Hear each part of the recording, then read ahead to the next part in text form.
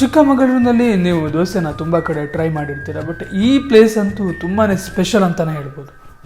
ಇವ್ರು ಮಾಡೋ special open ದೋಸೆಗೆ ಸೆಪರೇಟ್ ಫ್ಯಾನ್ ಬೇಸೇ ಇದೆ. ಈ ಪ್ಲೇಸ್ನ ಎಲ್ಲಿ ಅಂತ ತಿಳಿಸ್ಕೊಡ್ತೀನಿ. ಅದಕ್ಕಿಂತ ಮುಂಚೆ ರೀಲ್ನ ಸೇವ್ ಮಾಡ್ಕೊಳ್ಳಿ ಮತ್ತು ಫಾಲೋ ಮಾಡ್ಕೊಳ್ಳಿ.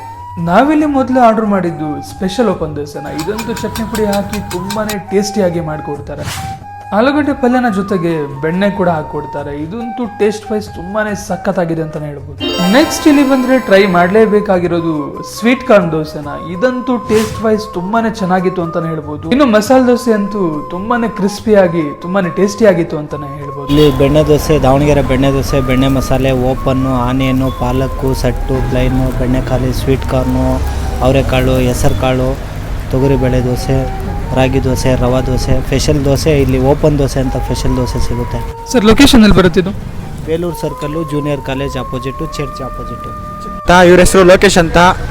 ಇವರು ಒಂದು ಟ್ರಸ್ಟ್ ಇದೆ, ಮಧುಕರ್ ಶೆಟ್ಟಿ ಯುವ ಬಳಗ ಅಂತ.